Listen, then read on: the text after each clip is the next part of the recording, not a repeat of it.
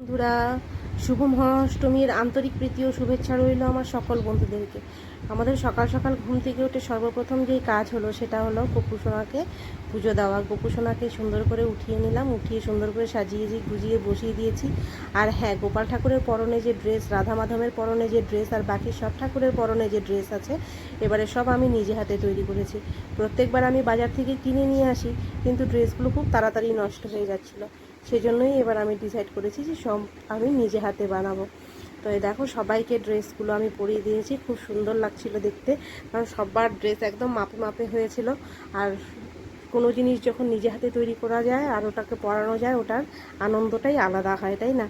তো এই যে সব ঠাকুরকে আমি ভোগ নিবেদন করে দিয়েছি, সবাইকে ধূপ দেখিয়ে এখন আমি দুর্গাপূজার মণ্ডপে যাব বলে রেডি হয়ে গেছি। তো দুর্গাপূজার মণ্ডপে গিয়ে দেখি যে ওখানে না খুব ভিড়, আর যা রোদ ছিল, তখন বাজে সকাল 11টা, আর রোদ মনে হচ্ছে যেন দুপুর 2টো বাজে, এই রকম রোদ। আর এমন গরম পড়েছিল আজকে, মানে বাঁচার মতন উপায় নেই, কারণ অনেকেই অসুস্থ হয়ে যাচ্ছিল প্রায়। তো তাও আমরা সুন্দরভাবে অঞ্জলি দিয়ে বাড়ি চলে এসেছি। বাড়ি এসে যে লুচি, সবজি আর মিহিদানা দিয়ে ব্রেকফাস্টটা তাড়াতাড়ি সেরে নিলাম। আজকের জন্য এতটুকুই।